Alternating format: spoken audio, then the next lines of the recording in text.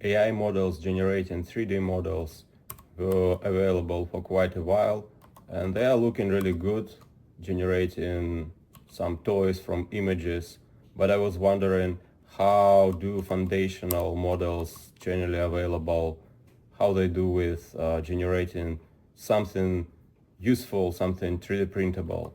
So I've selected a number of modern models which have image input. I have intent to feed those generated images of 3D models back into the LLM, so it probably can have some feedback and reason about how their generated OpenSCAD code looks like. But so far, if we look at results of different spatial bench, they do not look very well for the models. But those are mostly visual puzzles, so maybe this will work well. So to do with that, I've created a simple benchmark which only has OpenRouter SDK and dependencies, which will help me to access different models from different labs quickly and easily. It has runner, has some tools, but this is not so important. What's important are tasks. So I have two tasks. I have dome-shaped rivet. It has some specific dimensions and description what to do. And second one is pan head shaped rivet. So if we look, I have already run it with a number of models and it's been looking pretty good. Some variations. Gemini 3 consistently generates good looking dome-shaped rivet. GLM 4.6 sometimes generates a model, but sometimes it fails to generate. OpenSCAD code which compiles with zero shot. GPT 5.2 consistently produces good results. Grok half of times produces a simple rod, and this one doesn't look like dome shaped, somehow it's squashed. Surprisingly, Sonnet doing something with which is not so correct and doesn't have right dimensions. It looks a bit weird. Opus, obviously one of the smartest, I mean probably the smartest generally available model, is always looking really good. And Qwen Visual produces something which looks more like, I don't know, golf ball. And Mistral produces reasonable result, but also it's not quite what I expect. All this stuff looks good. However, for the second task with trapezoid or rivet, it looks more interesting. The requirements, they have funny twist which asks for a rivet to be placed upside down, so we can just quickly export it, slice it and 3D print it. So it says the head should be at the bottom in the model and place the head at the bottom, but it surely tells that this trapezium, the section of this head, should be expanding towards the shaft. We are surely expecting something like this, but up to the dimensions. And interestingly, most of the models somewhat failed on this task. Let me find this. Yeah, this one, 14th. So trapezoid. It's actually more like a countersink rivet. It's not like a pan-shaped. Yeah, so all of the models, they failed with this task. None of them generated it properly. So maybe this is some lack of spatial reasoning. So maybe it's just mimicking a code. Maybe generating rivets is so common. However, if we remove this piece about being inverted, and if we remove this piece and we leave only these three, and we remove these two pieces which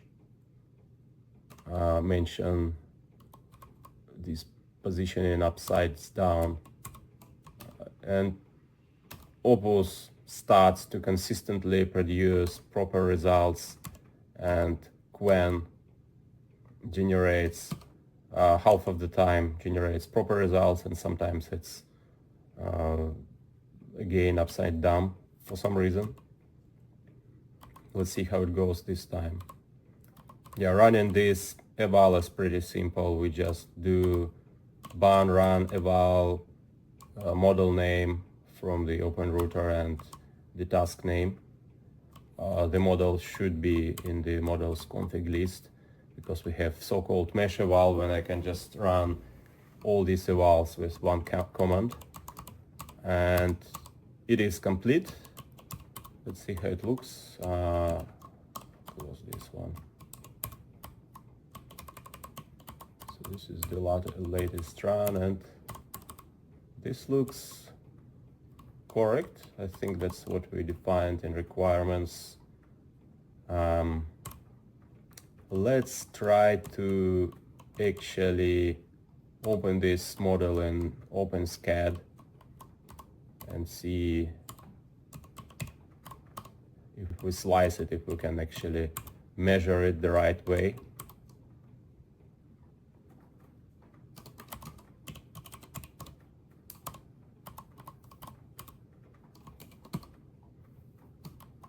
Right, looking good. Code looks reasonable. It's pretty basic task. So maybe we first do that, and then we try to export it as 3MF. Nothing to export. It's 6. 3MF. Trapezoid rivet. So let's see how it looks. So we have this 3MF file generated.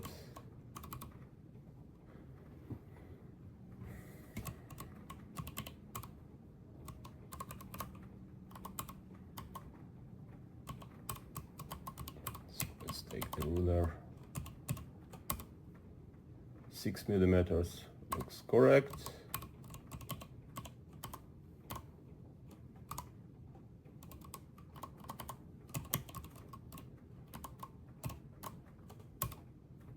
Eight millimeters looks correct.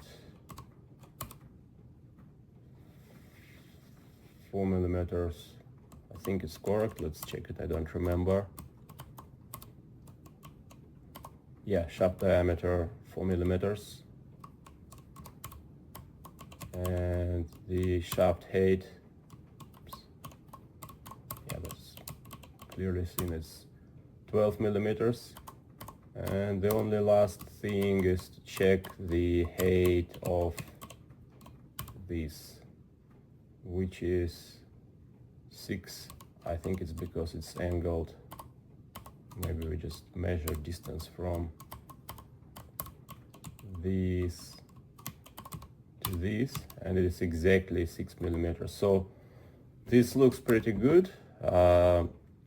Task is complete. The only thing, I wanted this to be upsides down, so I don't need to twist it like that. So that's what I wanted it to do, so I can just slice it and print it without supports. But nevertheless, let's get to printing. I'm going to try to print dome-shaped rivet, and yeah, see how it goes.